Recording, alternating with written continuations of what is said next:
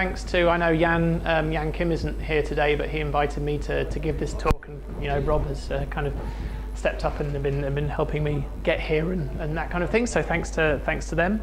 So yes, as Rob said, I work at the Genome Analysis Centre in Norwich, so it's just a couple of hours up the road at the Genome Analysis Centre. So this is a BBSRC funded institute in Norwich, or supported institute, should I say, in Norwich. Oh.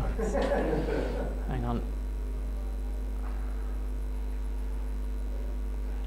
Okay, start again. Okay, so a BBSRC supported institute in Norwich. We're only about 6 years old. We're not an old institute. And we do basically work into plant, animal and microbial sequencing, DNA sequencing and analysis for the UK community. So my role at TGAC is the Data Infrastructure and Algorithms Group Leader. So I lead a research group of mostly software engineers, but also bioinformaticians and computer scientists to investigate all aspects of kind of data management, using data, accessing data, but also some aspects of analysing it too. So I'll go through some of those. So why did I get into bioinformatics in the first place? So in the 80s, my dad owned a computer shop. So I guess if some of you are either my age or older, I guess some of these might be familiar to you. So we had these computers in the house at some point in our lives, and much to my dad's enjoyment, but my mum's complete frustration, we just sat on these for hours on end. And so the actual first PC I had in our house was a staggering 25 megahertz 386SX with a whole 1 megabyte of RAM. And at school, computing was really all about word processing, spreadsheets, and the hideousness of Visual Basic. So I entertained myself by kind of hacking games when I could in hex editors. So, way back on the BBC, I kind of wrote my own little Defender clone when you got basic programs in the back of magazines. And Doom. So I kind of enjoyed playing computer games, but also making them do things that they weren't supposed to do. So I also enjoy hacking things as well, so just physical things like making my board rubber stick to my magnetized wall. Raspberry Pis are probably one of the most fantastic inventions of our current time, not just for the actual amazing cost of them really for their performance, but also as a training tool and a teaching tool, which I'm also very interested in. So I've got a little Lego case of 3 Raspberry Pis that I made a parallelized cluster out of. And I'm also, I probably won't talk about it today, but I'm also a big advocate of kind of privacy, but also openness at the same time. So I run a Tor relay on these Raspberry Pis.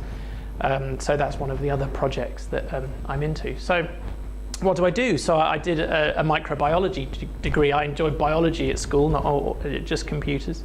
And then I went on to do a PhD in computer science, and then did a couple of postdoctoral placements at the Institute of Food Research, doing some kind of general bioinformatics, really writing software tools to look at different aspects of DNA analysis in yeast, in the National Collection of Yeast Cultures. And then due to the rather fluid nature of contracts in academic research, these rolling contracts of some months, you're not sure when you're going to be made redundant, and an offer came up from the Genome Analysis Centre to join as a software developer, and it was a permanent position. So I thought, well, I'll join there and then see where that takes me in a couple of years, and I've been there ever since. So we're this kind of lovely building here on the side. This is the Norwich Research Park in Norwich. So we've got the University Hospital is just over here. This is actually all the John Innes Centre land, so these are all the greenhouses where they do a lot of their crop research, and TGAC's just at the back there. And the University of East Anglia kind of ends up over this way, so we're all on one kind of big, disparate yet kind of close-knit campus called the Norwich Research Park. So what did I actually do at TGAC? So I was, as I say, a software developer from 2010 to 2011, and I built a lab information management system for our DNA sequencing. So this was just tracking the samples through the process of preparing them to go on the DNA sequencers, and then once the sequencer is running, harvesting a bit of information off them, and then presenting it and reporting it to management and things like that. So it's an open source bit of software. There are other lab information management systems around, but they're proprietary. Some of them aren't designed for DNA sequencing, but some of them are. There's a couple of notable examples, but they cost quite a lot of money. So we thought, well, seeing that we're quite a lot of us are big open advocates, we thought we'll write our own. So this has turned into quite a large source code base, and it's used in about 4 labs around the world, and we've got about 6 or 7 developers in total around the world working on it. There's one full-time member at TGAC.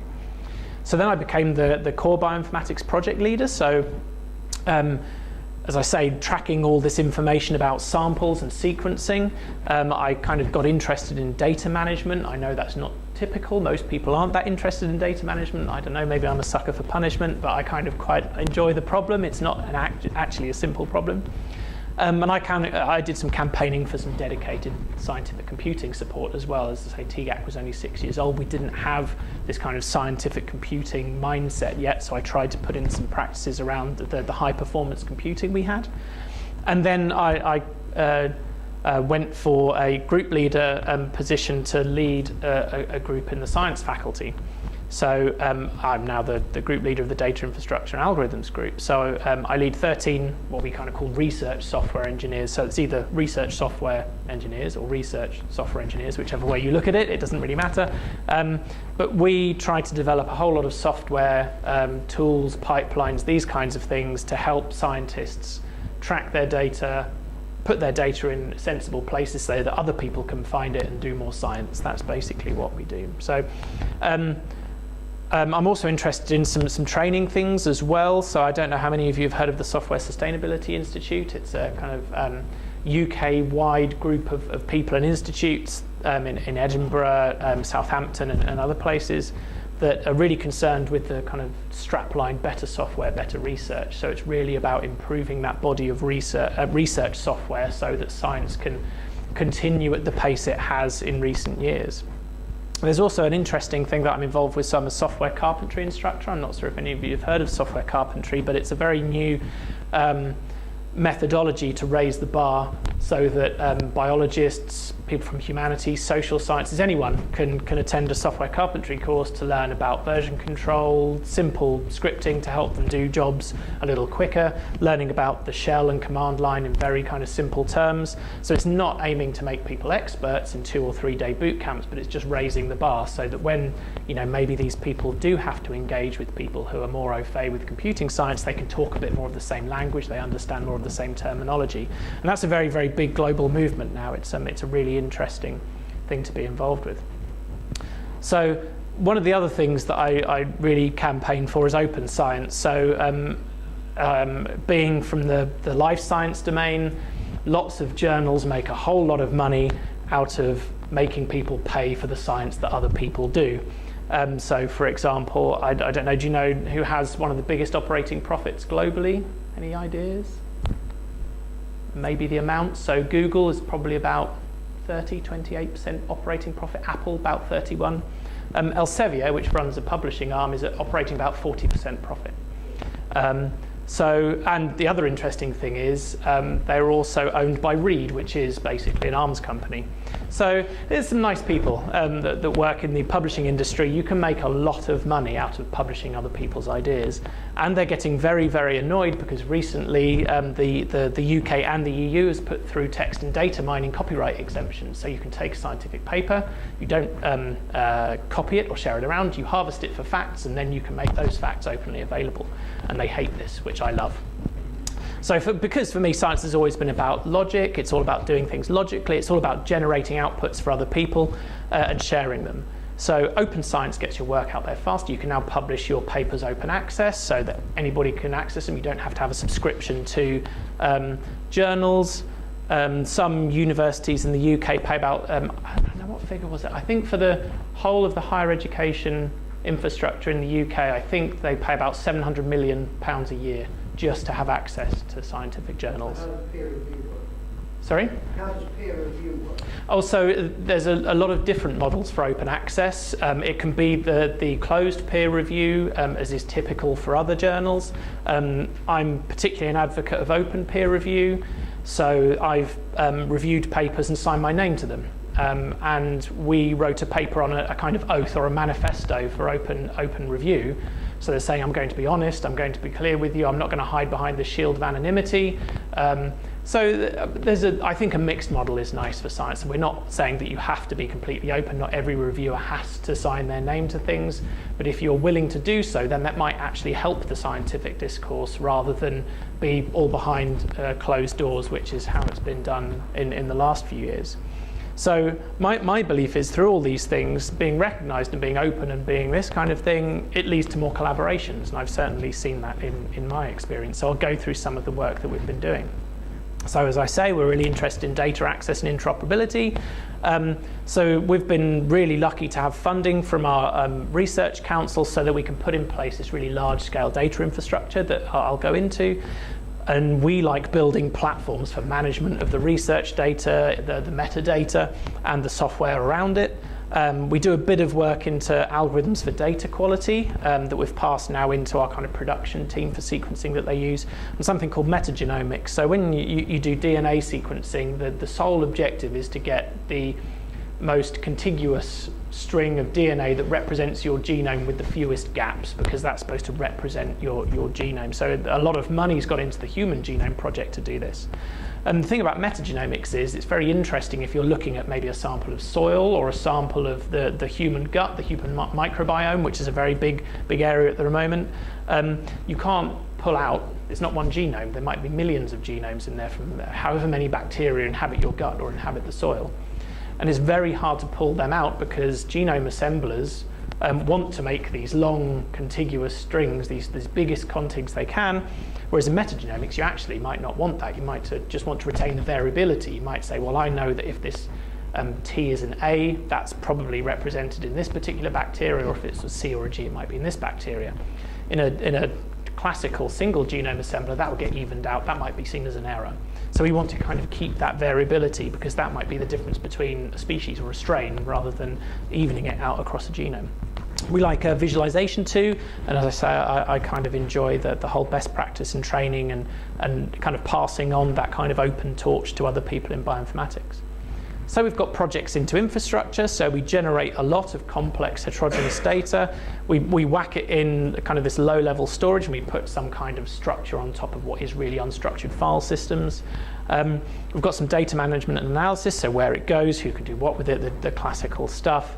Data description, this is getting more fun, you know, who did what and what was done. Getting that out of scientists into an electronic format is actually really hard. They just like writing in a book or keeping it in their heads. And data citation, so this is something that really doesn't happen at the moment in sciences, at least not in the life sciences, is that if you generate a piece of data that then feeds into another 10 big research projects, you should get credit for that. I mean, you did some work to generate that particular piece of data. And if then that helps cure disease or helps improve crops, if you did a really good job of making that data available and it's the best quality data for that, you should be recognized for that. And that really doesn't happen at the moment in actual citation terms for that. Well, in classical data management, data definitely put into metadata, schema, etc. Is does that play a role in your work, or is it very abstract? Yes, so categorically, yes, standards are very much, and controlled vocabularies. Yes, so controlled vocabularies, ontologies, that kind of thing. So I'll talk a little bit about that. But yes, that's becoming more of an effort in the life sciences. One of my postdocs was into the Semantic Web for life sciences, and I started that, about God, how old am I now? So that would have been about 9 years ago, and the situation really hasn't improved that much. So I'll try and go into that a bit. So if you Google big data, for example, you get these very colourful graphics about how much data there is, and you can look at all this stuff. It's full of buzzwords, it's full about untangling and data science and all this rubbish. But basically it comes down to these 4 V's or something they call. You've probably maybe heard these before. So volume, big data is about volume, how much have you got? Veracity, so how good is it? How do you prove it? Variety, how many different sources can you pull in? And velocity, how quickly can you get to it? So companies making quite a lot of money. Is it voracity or veracity? It's veracity. Veracity, is that a typo? Yeah. Sorry, I don't know. It means It's true. all right, no, it's hours. How does it swallow the data? Yes, yeah. So I do apologise for my typos. So this was a good one. Oh, good, excellent. I'm glad. That's good. I might leave that in and actually see if anybody else picks up on it. So as I say, we've been lucky enough to have this this funding so we can buy some very nice things. So we've got 2 data centres at TGAC. One is about 45 square metres. And this houses about 8 racks of 20 kilowatt high density kind of connectivity with 10 gigabit network connectivity with the rest of the site. So this houses one of the machines that we use for a very specific purpose at TGAC, which is one of the SGI UV2000s. So in the news, it was stated that Stephen Hawking got the first one, which is actually untrue. We got the first one. So the nice thing about this system is it has 20 terabytes of contiguous RAM that can be assigned to one process. And you can assign 2,500 cores through 160 blades, about 16 cores per blade. And we've also got the Xeon Phi co-processors in there. So if we were able to leverage that kind of co-processor functionality for these very specific processes, then we can get quite a lot of speed up through those. So we're doing work with Intel to use those in a good way. And that's got about 200 terabytes of local scratch. So a lot of the time data gets copied there. Any kind of temporary files that get generated through an analysis get stored locally and then can get shifted off to the network when who knows? I mean, Google obviously, if you're, maybe considering the funding they put in for D-Wave, which can do things billions of times, quintillions of times faster than these computers, maybe. Who knows? Who knows? Probably. Oh, sure. Who knows how many processors Google have? I think probably the more interesting thing is how many things have GCHQ and NSA got. That's probably that they might well be very, very similar to Google and very scary. Yep. How can you manage to use it? Do you actually? Not usually for one process, sure. I mean, the parallelization that you get through that probably isn't actually that useful when you're doing a scientific process. A lot of it is I/O. So you're doing with these big data sets, you want the data to be as close as the CPU set as possible. And these systems allow you to put these very large data sets into shared memory, and then you can run 50 processes and get to that memory very quickly. So we don't run any databases on these machines. This is purely putting raw data into these systems, into shared memory, and running genome assembly programs on them. So there's no databases on these systems whatsoever. We have separate systems. We have Pacona systems, shared SQL systems for that. So as I say, this is primarily for large de novo genome assemblies. So the human genome projects have been going for quite a long time. That's a good reference as a genome reference. But for some of the work we do, there's no reference. We don't have any. So the wheat genome, which I'll come on to as one of our big projects, there was no real previous reference for wheat. And the genome is huge, and I'll go into that in a while. But we need these systems to be able to run these assemblers that can put all these bits of data together.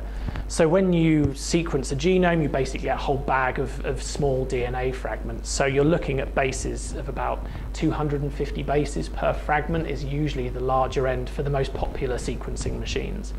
So when you're talking about billions and billions of reads for a 3 gigabase or gigabyte genome, the base is obviously DNA is a kind of 4-base system, so it fits nicely into the kind of bit operations.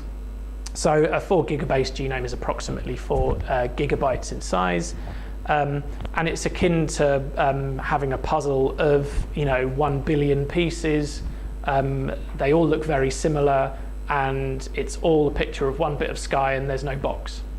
That's kind of one of the analogies that we use for this. So it's the largest system of its type in Europe and 4th largest worldwide for that. So if I put these fragments together, Yes, so we use what's called de Broglie graphs, which are basically looking at the overlap. So you have k-mers, you have strings of DNA of size k, and you overlap them by 1 each time and record how many times that string is seen in your set. And so that records the confidence that that particular overlap is correct. Does that make sense? Yeah. Yep, good, perfect. God, I described it okay. Really well with So we've also got a second data center that's a bit bigger. It basically holds our commodity cluster and our storage. So we've got about I think it's about 5,000 Opteron cores now. And we've got some high memory nodes of 256 gig in there. That's not really considered high memory anymore. You can get up to the kind of 1 terabyte of memory on some of these blades now, but we haven't got any of those because we've got the other machines.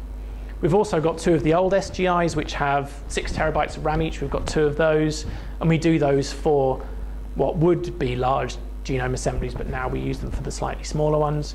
And we've got the EMC Isilon scale-out storage system. So we've got about 8 petabytes total, and that's mirrored completely in 4 petabyte chunks, because we have snapshots taken every hour, day, week, month, and quarterly that people can get to by themselves. So why do we need so much stuff? I mean, as I said, this wasn't the first PC I had, it was the second one. I'd upgraded to a DX2 with blistering 66 megahertz, and I had 1 gigabyte of disk on it. I had 2 500 meg disks, so I was very pleased with that. Modern smartphones obviously now have way more than that. Modern laptops are the same again, have loads more than that. So if you consider that my laptop probably has about 2 terabytes of disk in it, we fill that up every day. So we just throw a laptop in the bin every day for data storage. So that's about 65 smartphones worth. There's 14 terabytes a week we fill up. So it's a good thing that we have enough room for all this, and that's why we need so much. The DNA sequences and analysis generate a lot of data. So the veracity of the data. So you know, the volume and velocity are kind of solved problems. These really aren't the issue now anymore. If you've got the money, I'm saying. You know, they're not necessarily. They're not conceptually tough problems to solve. The veracity and the variety. That's where some of the interesting stuff happens. So I don't like to think of it as big data. I like to think of it as consistently well-described, comparable, large-scale data. It's not as catchy. Maybe it'll catch on. So I like to kind of call this my slug trails section, and hopefully I'll rationalize that in some way. So we've got some data. It doesn't really matter what data it is. We need some infrastructure to build on top of that data. And one of the things that we do in my group is do data federation. So there's lots of different bits of data produced by lots of different people all over the world, and we collaborate with them. It doesn't make sense to silo it, to pull it over the internet. It could be quite large. We might as well just say, oh, if you want this piece, look over here. You can see it from one particular system, but getting it and analyzing might happen somewhere else in the world. So that's kind of your cloud-ish analogy, I suppose. You know, it's just somebody else's computer.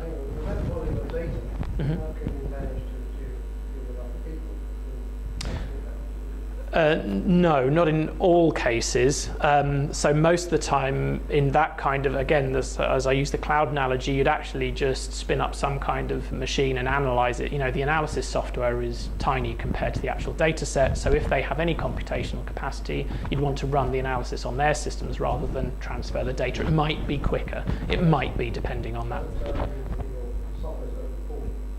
Yes. Yes, absolutely. So this is where bioinformatics actually is pretty good in comparison to quite a lot of other things, not perfect, but because it's completely open. If you don't, if you publish your paper and don't release your code, you get mocked basically. People just say, how did this even get past peer review if the code's not available? When I review papers, if the code's not available, I reject it. Because in bioinformatics, if it's not open, you can't prove it. So when you're dealing with things that might be looking at a particular variant in DNA that can cure a disease, perhaps, or at least say that that disease might be caused by that particular mutation, if you can't prove it through software, then it might not be true. So bioinformatics actually is quite good in the sciences being open. Maybe not as open as things like physics, where everything's posted on archive or something like that, but it's getting better. So we've got some infrastructure and some federation stuff that we do, and we've got a number of projects that I'll go into that kind of cover this particular bit of federation. So we're developing a system called grassroots genomics. So this is Simon Tyrrell at the top and Jingdong Bian at the bottom. And we developed this kind of lightweight suite of these software components to build this interoperable but decentralized infrastructure. So you might have heard of some of these technologies, of course, the Apache web server, which is used pretty much everywhere, SSL layers, Heartbleed, we won't talk about that.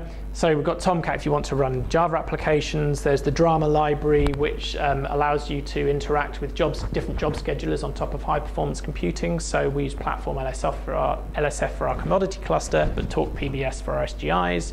So you need a library to help abstract that out. You don't want to have to keep on remembering the different commands or write boilerplate to do that. We use a library and just say submit this job and it works. iRods, which is a data grid, so this is where I mentioned unstructured data. This lets you put some structure and metadata on top of your data. Solar, which is an indexer based on Lucene. Elasticsearch is also kind of based on Lucene, but they sometimes used for slightly different purposes. So Solar is used for text indexing, and Elasticsearch is used for aggregation and filtering usually. MongoDB, which is a NoSQL solution, because a lot of the tools we write, because they're web applications, they're decentralized. JSON is the de facto format for data interchange nowadays on the internet, and Mongo is able to store JSON fragments and normalize them very quickly in its own, it's schemaless. So it's easier than having to have this strict schema. We can start putting JSON into these NoSQL stores and not have to worry about necessarily what happens inside. So we're trying to improve access and promote data around important food security crop, which is wheat. So we've got this kind of server infrastructure. I won't go into many of the details, but basically we've written this kind of shared object that sits in Apache, and it lets you communicate with lots of these other services. So if you run Apache, you can just drop in the shared object, and you can then make calls to that object and interact with any of these components. So you can have a client written in any kind of language because you just write it as a standard web application, making JSON requests, and it works. You can run some data services, so compression or checksumming or indexing or local alignment searches for DNA. We've got lots of data services. And we've got this kind of iRods layer, which is where you're putting that abstraction over your file system to record metadata and add structure about your file system. The nice thing about this is it's completely really kind of agnostic as to where it sits. You can have a particular R-sanctioned grassroots client talking to a grassroots server, and that sits over a particular zone of information. In iRods, they're called zones of data. You could have another client and another server. You could have a server talking to two different zones. You could have somebody else has written a client. You just have to make some JSON up in our standard, and then you could start asking the system questions or doing jobs, that kind of thing. So we use it on a number of systems, and the nice thing about this kind of federation, these consistent APIs, is that you end up with this democratized cloud, if you like, where you could ask a question of any of these services, and it's able to answer just as any of the other services would be able to do, because they all understand the question, they're all able to give the answer back in the same way. So this is really nice for biological data, because people describe things very differently. There's lots of different sites that have lots of different access abilities, and their APIs are all different. So if we can supply a more consistent API on top of these services, and it knows how to answer the questions that people are asking, data integration immediately becomes a bit easier. Not very easy, but a bit easier. So we've set up this to do some computation analysis. So again, BLAST is a local alignment search to align DNA sequences to show how similar they are. And it sits over about 7 wheat assemblies, so this is about 20 gigabytes of data. We use some graphical GPUs. We've got some NVIDIA Teslas, so we use the kind of CUDA coding system to initiate these analyses on these GPUs, and also our traditional CPU hardware. And so we can do a local alignment search over about 20 gigabytes of data in about 30 seconds, which is pretty good for scientists. They want things now. So anything under a minute is pretty good. Everything over a couple of minutes, and they'll just go off and get a coffee and forget about you. So we also use a lot of the same technologies. This is the same infrastructure we're using for a different project. And this is mainly about getting information from wheat breeders, putting it into a system and letting people visualize it and access it. So there's information about sample metadata for a particular pathogen called yellow rust. So this is a hugely destructive pathogen, or potentially, if there was a particularly bad strain that infected one of our key, what they're called elite varieties in the UK of wheat, it could destroy it by about 80% of our UK production. in 1 year. So it can be very, very destructive. So this project is kind of tracking that pathogen throughout Europe. So people send in leaf samples, they cut a bit off their wheat, they send it to Diane's lab, and they basically genotype it, which is understand some of its DNA sequence. They don't sequence the whole thing, they just do the markers, just like 23andMe. So they don't sequence your whole genome in 23andMe, they just take markers and try and genotype you. Phenotyping, just looking at the leaf, how yellow is it, how dry and brittle is it, that kind of thing.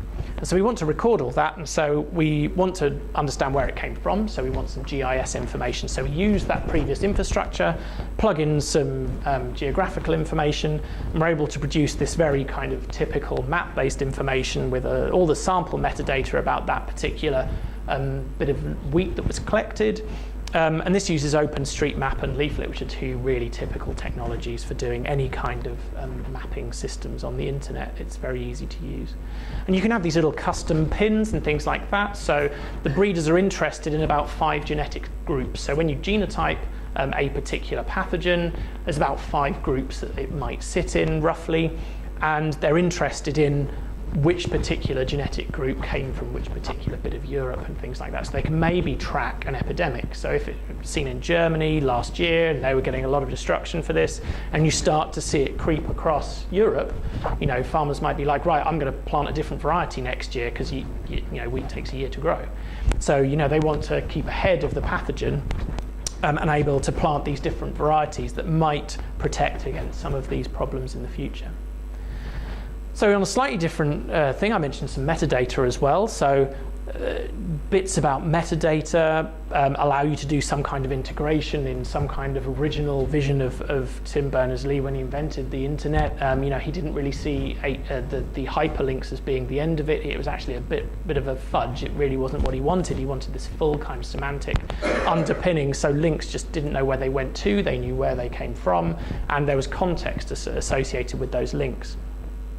And that really helps how sharing data, you know, the way we describe things together is really important for sharing stuff, and that goes into publication and citation, as I said later. So we've got a project called COPO, called Collaborative Open Plantomics. So we're given some money from the BBSRC to do this, and it's a collaboration with some UK universities and institutes.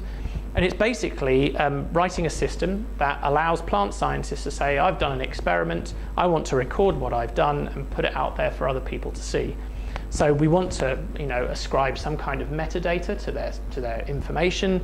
You know, there are a number of public repositories that they can put their information in. They might not necessarily know they exist, but they say, I've done some sequencing with somebody else, I need to publish it for a paper, I need to put it somewhere. And that's not actually that easy to do for a biologist. It's a bit of a pain to do it. So we're trying to write these systems to make it easier.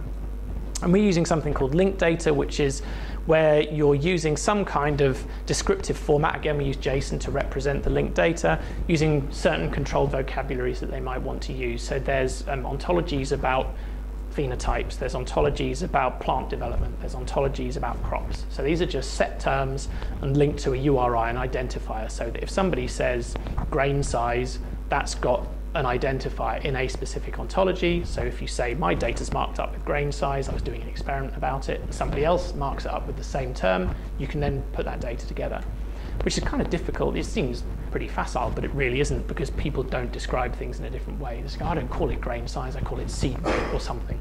And that gets a little infuriating. So basically we want to produce these citable research objects. So these services in the other layers, the orange layers are the bits that we're developing. The other bits exist. We're not trying to replicate a repository. We're not trying to build these things. We're trying to build the glue that sits in between them.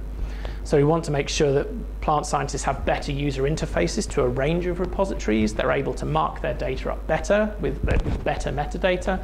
Then our services can do all the programmatic stuff, push it into the right repository, maybe send it to an analysis platform, maybe publish it for them in some kind of way. And we also have APIs for bioinformaticians and developers to use. So this makes it easy to describe things like we've got a study, and you've got a researcher at an institute, so they produce some raw data, they analyze it, and they produce some kind of output. That sounds a bit like science. And then we've got some metadata fragments, we've got some descriptions that they've got. They might write it in a lab book, who knows?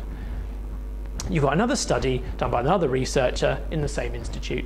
They've done some raw data analysis and they've produced some outputs. You can compare these bits of metadata and see what each of them have done and maybe link them together if they've done the same thing. So the fun thing happens is that when you have, say, your study researcher at an institute, if somebody else uses that raw data for their analysis and produces different outputs, you can track that. So you end up with this kind of graph of information. You know where your data started, you know where it went to, and you know what's happened in between.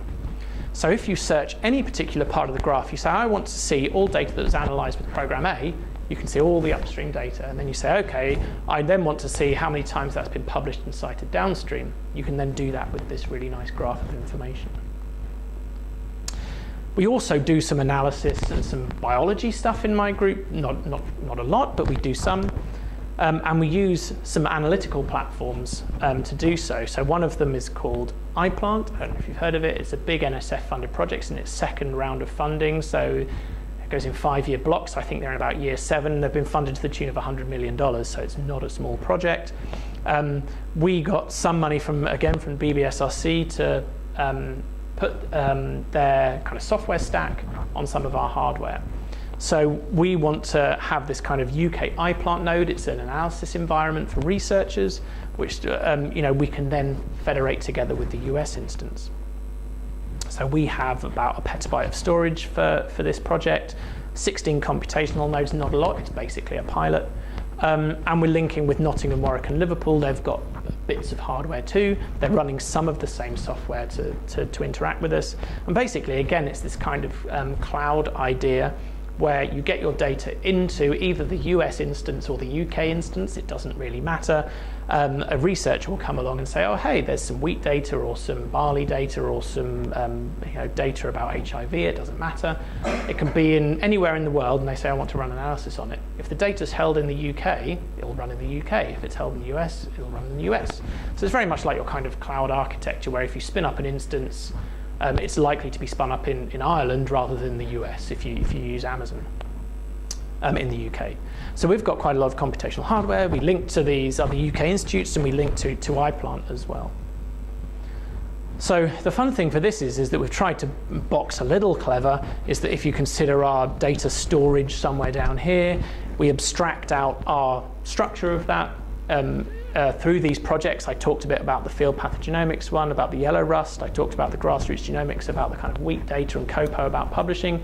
We use iRods across the board to record metadata about those things. We've got some computation and storage, and then we use Elasticsearch to actually search through most of the metadata underneath. And because of all of these technologies, these are all federatable actually as part of the software. So we don't have to write any extra code to wire these things together. So if you do a search over looking for, I want piece of data Z, you don't have to ask a number of different systems. You can just ask any one of these systems, and they'll be able to tell you because they're joined up on all these different levels. An Elasticsearch can be sharded. You have these distributed shards for Elasticsearch, and then you can get to that filtered data into any of those shards through any one of them by themselves.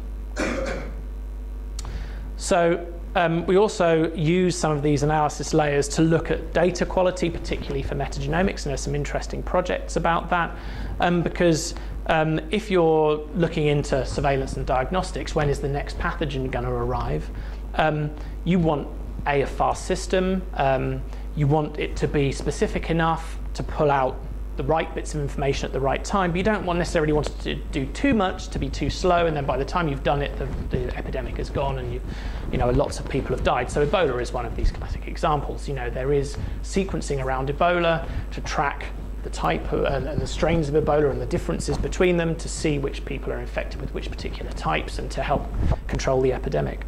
We don't do any work on Ebola ourselves, but we use the same technologies that some of the other groups, particularly Birmingham is one of the examples, the University of Birmingham that's looking into Ebola. We use some of the same technologies to do some of this. So there's a new sequencer called the Minion. This is produced by a UK company called Oxford Nanopore.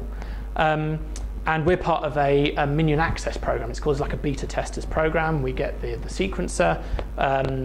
They call it a DNA sensor, and I'll try and explain why.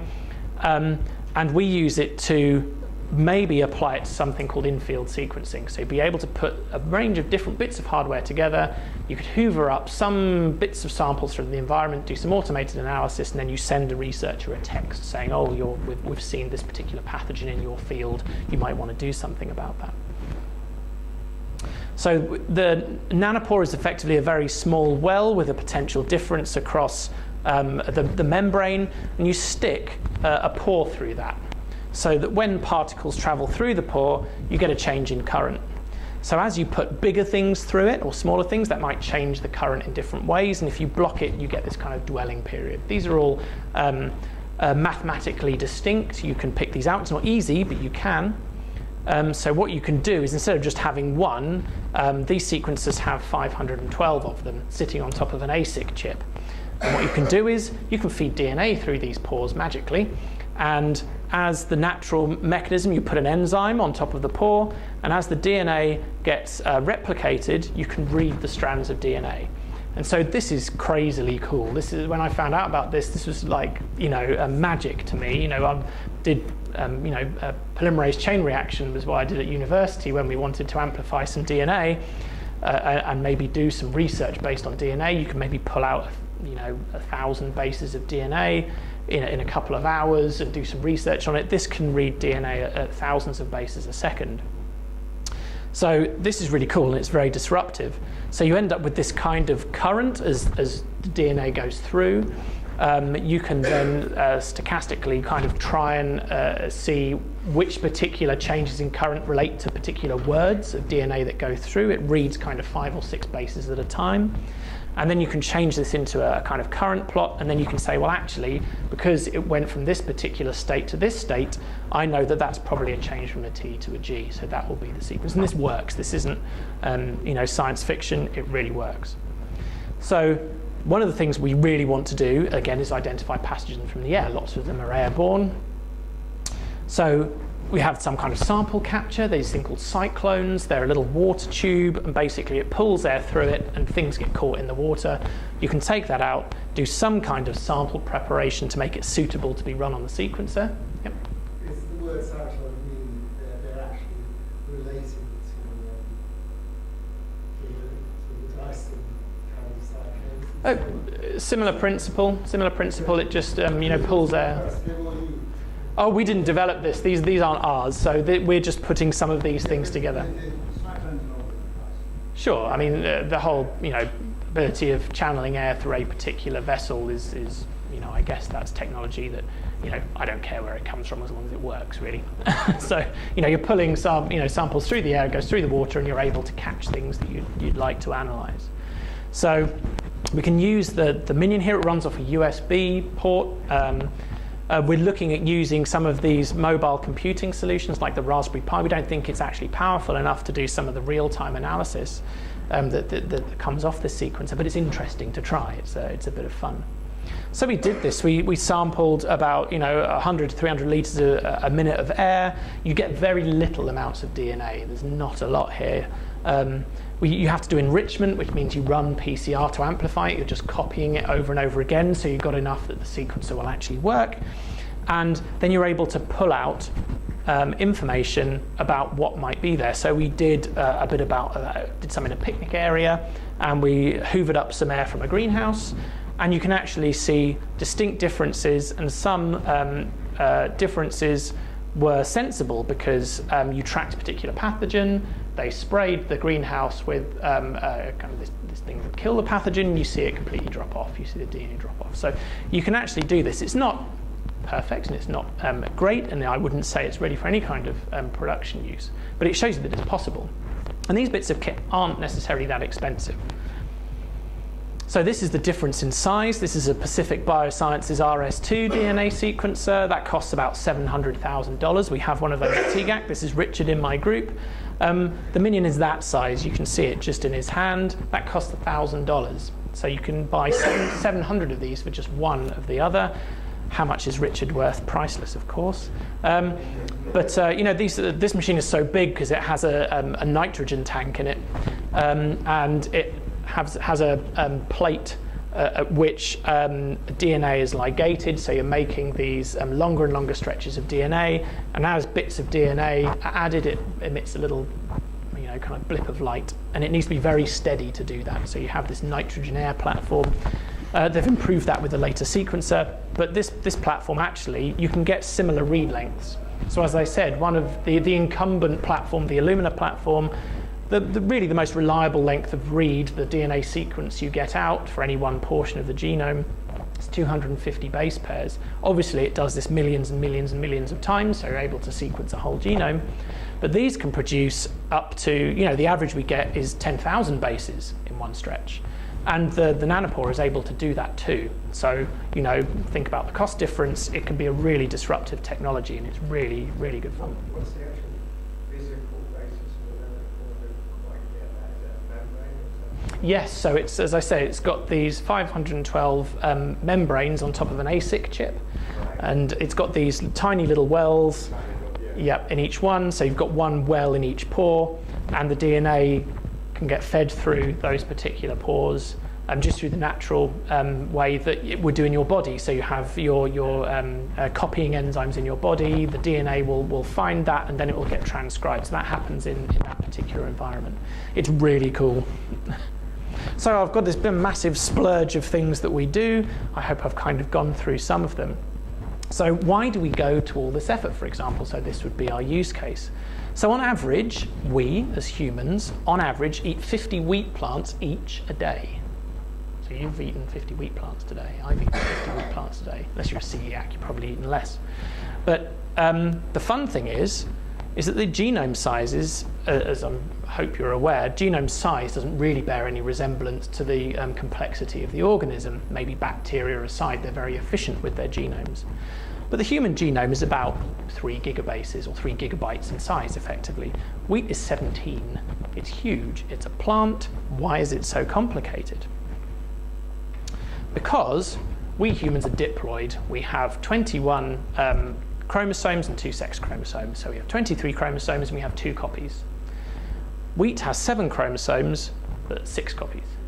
So it's hexaploid, and it comes from, we think, we don't know the actual ancestors because this happened through intense domestication when humans were going through this kind of crop revolution. So each of the ancestors were like humans. It had 2 copies of its genomes, of its chromosomes. And then there was some kind of hybridization event, and it ended up, when organisms usually do this, they usually get rid of one or they die, they become infertile. But this didn't happen in this instance, and again in bread wheat, again it didn't happen. The genomes are duplicated and the organism persists. Humans can't do this, most organisms can't do this, but crops and plants seem to be able to, and this is one of the unanswered questions that we have. How do plants actually get away with this kind of activity? And not only that, 80% of the whole genome is repeats. So when you're looking at that jigsaw puzzle I was talking about, instead of just having one copy of each of those bits that you're trying to put together, you might have 8,000 of one particular piece, and you're trying to find the right one to put in that gap. It's crazy hard. And only 2% of the genome are actually genes. So why is it so massive? We still don't know the answer to this. Why is only 2% of its genome actually codes for genes, the things that do things in our bodies and in the organism? Why is 80% of it repeats? We just don't know. Nature is a very good programmer in some instances, and again, maybe the redundancy is there for a reason. Who knows? I mean, the organism is quite young, really, in terms of age. Domestication happened, thousands of years ago, rather than the millions of years that the rest of us have. There is some wheat that's before domestication. Yes, exactly. So these progenitors. So these ancestors of wheat, you can look at, there's Aegilops tauschii, which is one of the progenitors, and that's I think that's tetraploids, that's 4. And then there are some ancestors, some presumed ancestors. We know that B, we don't know where B came from. We kind of have an idea where the A and D genomes came from. So we can sequence these, we can sequence this, and we can sequence this. And we get an idea about how the actual flow of information through evolution has happened through each of these, and we can maybe get better at producing these wheats that exist down here, so we can get bigger grains, we can help them live in high drought environments. These are big kind of scientific endeavors now, how to grow wheat in arid conditions, how to increase the grain per plant with less fertilizers and things like that.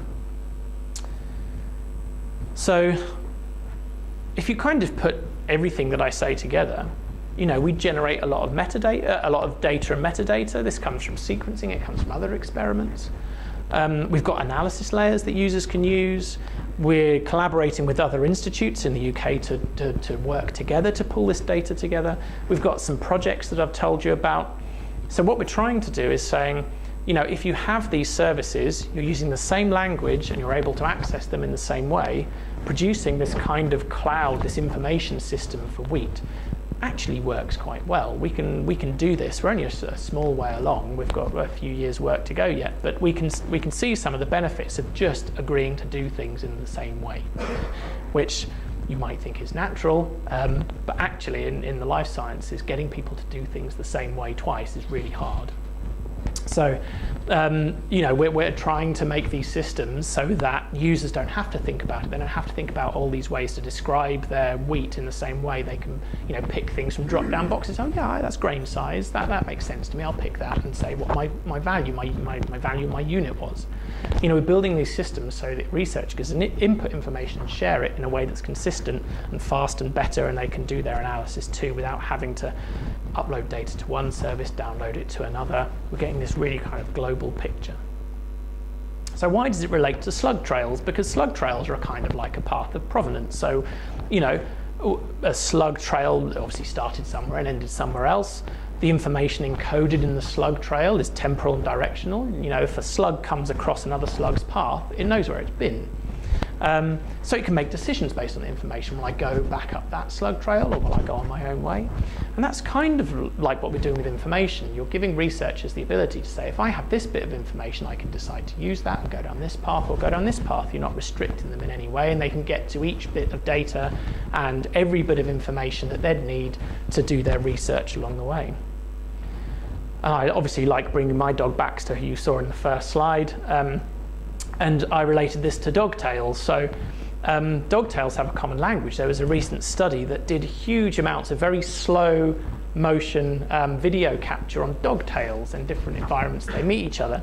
So for example, if a dog's very happy to see another dog, the tail pulls to the left first. So you have a bigger pull to the left and a short pull to the right. And I've done it with Baxter. I've looked, I've watched him, and it's true, they do. So they have a common API. All dogs are vastly different. People say, oh, my dog thinks he's bigger than he is. It's rubbish. Dogs don't have size difference. They don't understand it. It's all about their behavior and it's nothing to do with their size.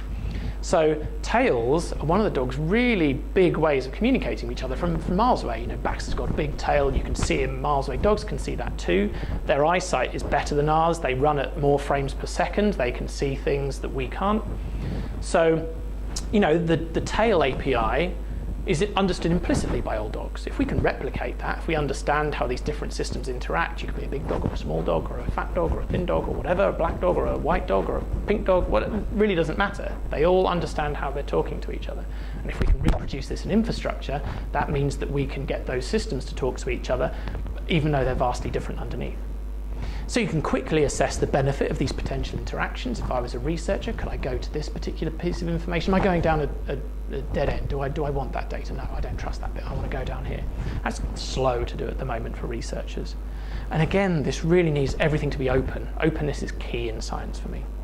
So if you look at companies that do this very well, the reason why Google is able to is so rich is because it sells advertising. Amazon sells advertising. You go on one site through a cookie, and then you go on Amazon the next day, and it's you look at a shed on some website, and then Amazon says, oh, do you want to buy a shed? And that's tracked. Everything that you do through these sellers is tracked. They have a common vocabulary. They have a common API. Within Google, within Amazon. So this is how they can track you so very well.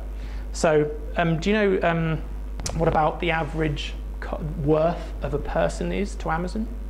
I think it's about 80 cents or something like that. I think it's about the average worth, 70 cents, something like that in the ballpark. some of the most valuable people to Amazon are pregnant women. They're worth about $1.30 because it's very in those 9 months. There's been studies that show that you can maybe suggest that someone's pregnant before they know because their buying habits will change. This is crazy amounts of information they have on you and how they can use it to sell you things, and that's why they're so rich. But this is all possible because I have a standard information representation. So if you can use it for the force of good rather than the force of shoving adverts down your throat, then I think we'll all be in a bit of a better situation. So yeah, we can also apply the same. This is where my analogy kind of breaks down. I was kind of a little disappointed that I wasn't able to rationalize this in the same way, but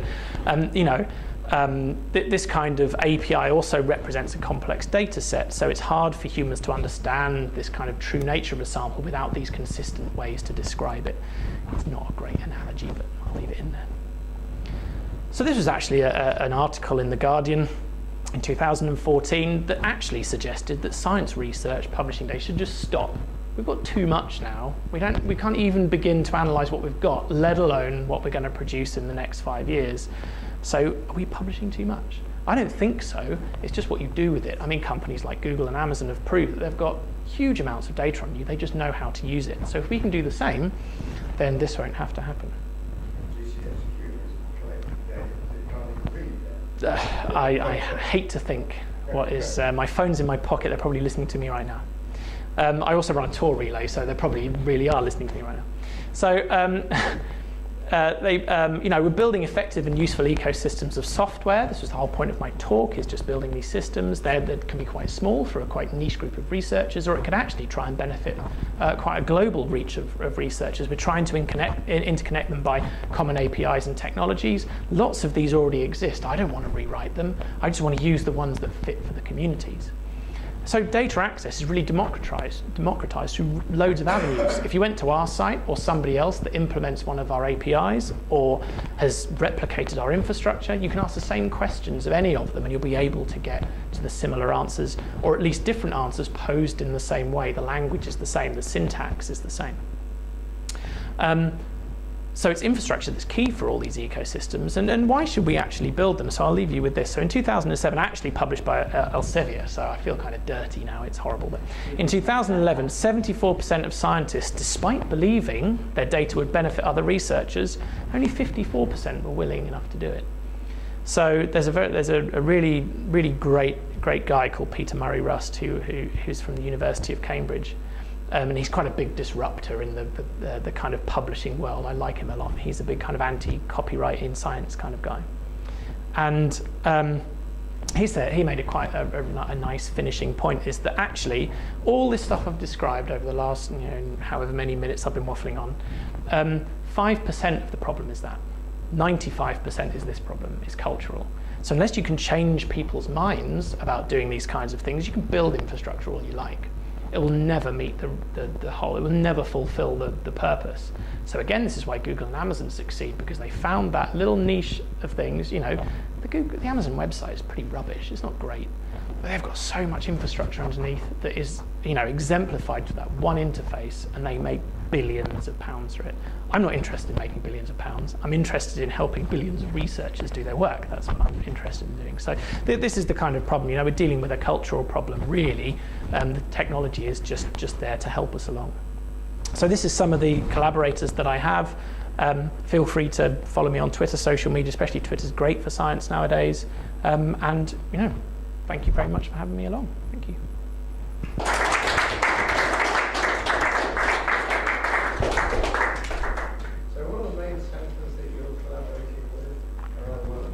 Okay, so the EBI, the European Bioinformatics Institute in Hinxton, just outside Cambridge, and they're they do a lot of work around bioinformatics, as the name suggests. They are part of the sequencing consortium. There's the EBI in the UK. There's the NCBI in the US and the DDBJ in Japan. And when you submit your sequence data to a repository, it's mirrored between those three. So again, it's geographical location. You can get to it easier from different places. So that's only one part of the thing that they do. They do a lot of actually applied bioinformatics work, so actually using that data and analysing it. And it's not just sequencing data, there's lots of different types.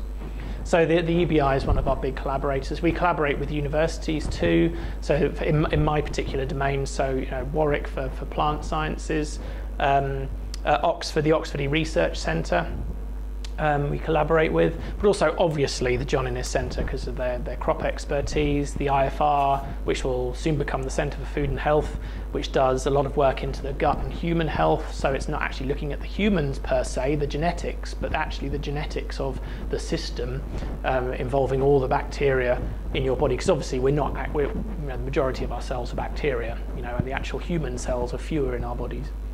In France, so there's a bioinformatics group in France. They're the kind of the John Innes of France. They're the key crop people. IPlant in the US, so they have their 3 sites in Arizona, Texas, and they run IPlant on Stampede, which is one of the top 10 supercomputers in the world. So we've got quite a range of collaborators around the world that we interact with. And the nice thing is, by building these open systems, we don't have any problem with sharing information, sharing data. You just go, oh, can I work with you? Sure, here's my GitHub account, download all our code and work together. It's that's the way, for me, science is supposed to be done.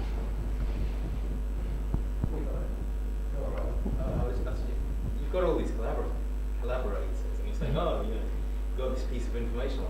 How do they know that you have that piece of information? It almost feels like you need a search engine. Absolutely. So this is where Elasticsearch comes in, because you can have these distributed shards of information. You just have what we're trying to do.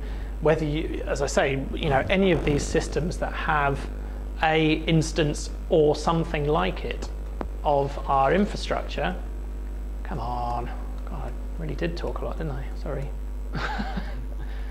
Yeah, so this kind of stuff. As long as you're conforming to an API that accepts the right requests and produces the right responses, it doesn't have to be ours, it could be anybody's. You can then wire them all up, and so you have one search box. So what we're trying to do is produce this little Google Analytics-like JavaScript snippet that anybody could put on any website in the world. You type in it, and it hits 15 information systems. That's what we want to do. Difficult. Yeah. Sorry. Definitely is working something at the back. That's why. Yes. The yes. So this is where the. Yes. So this is where the controlled vocabularies come in. So it doesn't matter what's underneath. It could be a database. It could be a flat file. It could be a real person typing on the end of the computer. It really doesn't matter. As long as they speak the right language, they conform to the common vocabulary, and they're able to present that vocabulary, the information that they're putting into the right format. So, we use JSON because it's everywhere. The common vocabulary is dependent on your domain of knowledge. So the COPO project, for example, is starting off with plants, but there's no reason you couldn't use exactly the same infrastructure and just swap out the ontology for something else. Index it, and you can say, actually, I'm not describing plants anymore, I'm describing people's feet. Doesn't matter. If there's a foot ontology, then you can use exactly the same system to describe that bit of information. And there's some really nice studies that are, because obviously, I don't know if you've seen the famous XKCD cartoon, they say, oh, there's 14 standards, for this. What we need is a standard, and they say now there's 15 competing standards. That's really the case in biology. There's lots of competing standards, but there are some people that are trying to harmonize those. So there's the Uberon project that's for biomedical sciences, and they're trying to harmonize all these different ontologies. So when ontology 1 is talking about hepatic cells, and then ontology 2 talking about liver cells, it actually says, okay, that's the same concept. I'm going to make a concept in mine and point to those two. So it's kind of like a synonym system. Sorry? That's, yes, or that could be a local network. So obviously a cloud is just other people's computers. That's just the amorphous blob. It's the ephemeral nature of a cloud. It doesn't matter which of these systems you hit. You go through a cloud infrastructure to get to the resource you want. It doesn't really matter what that is. This could be anything. Computers on the local network, computers around the world, phones in your pocket. Both. Doesn't matter. Doesn't matter. Yep. What format is used for ontology description? Good question. So RDF is very popular, a resource descriptor framework. There's lots of others. There's OWL, which is the web ontology language. Yeah, I used to do quite a bit of work in OWL. There's, well, obviously, even XML, I guess. If you've got a schema, if you've got an XSD, then you're kind of making a control vocabulary. So RDF can be represented in XML, for example. You can represent that hierarchy in RDF. I mean, JSON actually is quite nice. Linked data with JSON, you kind of have a set format, and you have a URI represented with your common key. So you have an @context to describe your base URI. You have @ID, which represents your unique identifier within that context, and then you have a value, which could be a string or a number. So you're relating the information to a context, and then you can start doing the graph-based information link up. So there's quite a few. I guess I suppose RDF is probably the most widely used at the moment. Yeah. I guess I'm really curious about whether similar work is going on with other serials. Because you think Yes. the rest of the world, rice, Very good question. cereals. Yes. Yes. So. Must be huge need for it. Yes, there is. But as is kind of quite often, these kinds of problems only get thought about right at the end. When they've got all this data, everybody's thought about things in different ways, and they say, oh, we need to use all of this stuff, but it all looks different. They can't put it all together, and this is why we're in this situation. You know, if everybody described things in the same way with the same ontology, I'd be out of a job. But they don't. So, you know, we've got to do a lot of this work to try and pull this information together. So yes, that's absolutely right. So, you know, we've got collaborators not in these projects, but in other scientific projects, predominantly the DNA sequencing and genomics, for barley, maize, rice, sorghum, millet, or as you say, the whole range of cereals. So is there a lot of the work trying to do the mapping between these different ontologies? There is some, yes. There are some groups that are trying to do those mappings between, as I said, the Uberon project is one such for biomedical stuff. So yes. Because you have everything, if I understand it correctly, you have everything distributed. You provide a sort of API at the top where it'll go and search like these 15 different places. And do you have it translating into a common language? Or? So that would be the that's a very good point, actually. And that is, again, one of the caveats and the pitfalls, is that unless you have a good synonym architecture. So there's especially over language barriers. So there's an effort called AgriVoc, which is a multilingual vocabulary for agriculture. So you can put in a term in one language and it'll tell you the synonymous term in other languages. And that's really powerful because obviously we're English speakers, you know, we tend to forget that people don't speak English. You know, we really want to use those kinds of systems to say, actually, you can type in a term in Spanish or, you know, in Urdu or whatever, it doesn't matter. Whatever, if it's supported in the AgriVoc vocabulary, you'll be able to find a synonym, and then you'll be able to actually do the semantic integration because you understand what the synonym means. But you're right, that is one of the key hurdles, is to understand, again, it's just what the other person is on about. Are you talking about actually the single individual concept? Are they equal? Is it the same thing? This world of researchers being like slugs. Yeah. I'm not calling researchers slugs.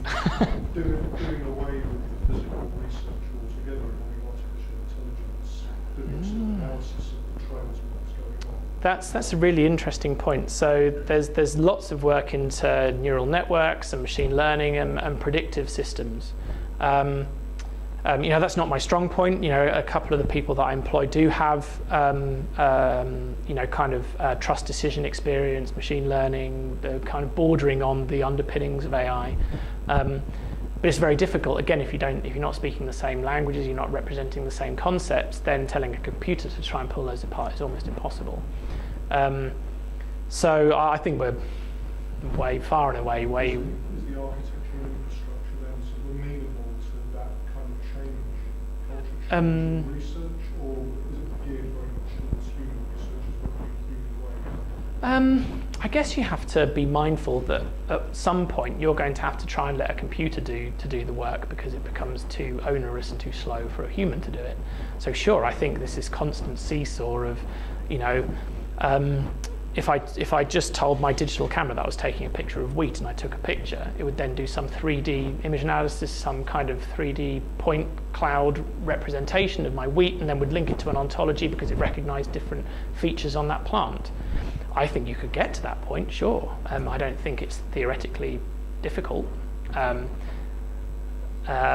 It's just practically difficult. You know, you have to get these systems to do the same things, and people often, you know, why are there 72 DNA aligners? Because people want to get that extra 0.1% and publish and say we did it better than the next person. So that happens everywhere. So if someone comes out with a different camera, their different way of describing the point cloud, you're back to the same, you know, you've gone back a step. You have to have a human to say, well, this point cloud looks the same if I rotate it with my eyes, but a computer finds that very difficult to represent. So I think there's a long way to go between the two, and I think it'll always be this balance. If we have kind of lots of big arguments, questions. Hopefully. You are looking for a review. Absolutely. Well, this is what we do. You know, people align DNA with bits of paper, and they wrote it out, bits of paper, and they put them together and tried like a puzzle, like a physical jigsaw puzzle. So we get kids to do that now for training. You know, we get them to pull out bits of sequence from a bag, or usually words from a poem, and they have to put the words together and try and form the poem in a contiguous sense. And we usually try and pick poems that have some, you know, the words repeated or stanzas repeated, and say, you know, okay, so here's your first stanza. Oh, that works quite nicely.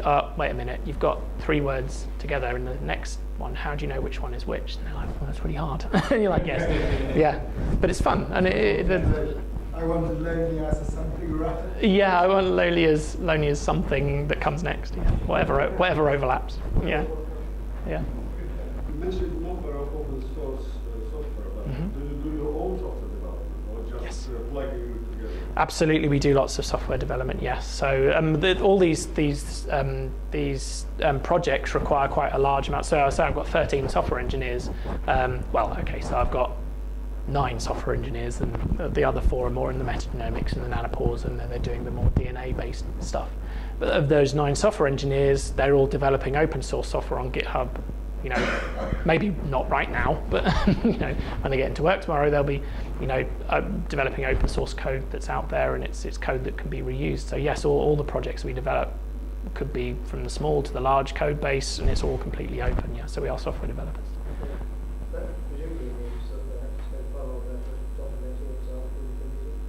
Yes, I hope so.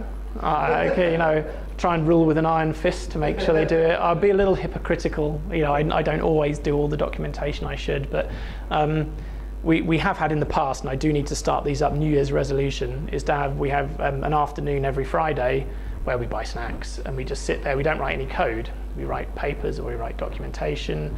We speak to people. So we you know, put our code away. You're not allowed to open your V or whatever, or your IDE, and you just sit there and write a paper or write documentation, or you update a website, something like that. It's to make sure that they carry on doing that. But again, it doesn't happen every week, and maybe I should crack the whip a little bit more. But yes, and a very good point. Absolutely, if you don't document it, you know, unless it's so clear that people can just pick it up and run with it, most of the time you're going to need some documents around it to help people. Sure. Oh, so I get chastised in bioinformatics because I was a Java developer. So you know, I really like Java. It's hard. I find it hard to make mistakes. But one of the guys, the guy that writes the kind of Apache modules, for example, he writes in C. The guy that does the web development likes Java and Erlang and Perl. The Copo stuff is all Python. I'm not prescriptive about languages. If I'd much rather have a developer that knows the language and you're able to do it. And if you're just working on interchange formats, it doesn't matter what language you write it in, basically. It is, and maybe it doesn't apply to your stuff. It's just the point you made earlier about when you publish some research, you've got to have the code to be able to be run by somebody else. And you think something like Java or VM languages would be streets ahead of the Sometimes, if you've used any kind of JNI or something and you're relying on some underlying, kind of library in C or C++ or something, then the same problems apply. But sure, I mean, if you're running in an interpreted environment, then hopefully. But even Python has that problem, which is why virtualenv exists, Anaconda, all these kinds of things, because even though the language is interpreted and you're supposed to be able to do things in the same way, it doesn't always work that way. So there's a really famous bioinformatician called Heng Li, who's developed a lot of he's one of the true great developers. He writes loads. Anything he puts his hand to seems to just work brilliantly. So he's made something called the Holy Build Box, which has basically nearly every single, well, not literally, but has a lot of versions of glibc, for example.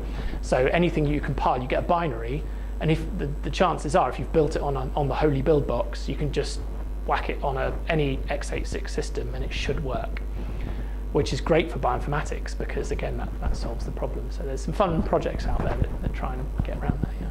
Yeah, I just heard of this thing called cognitive engineering.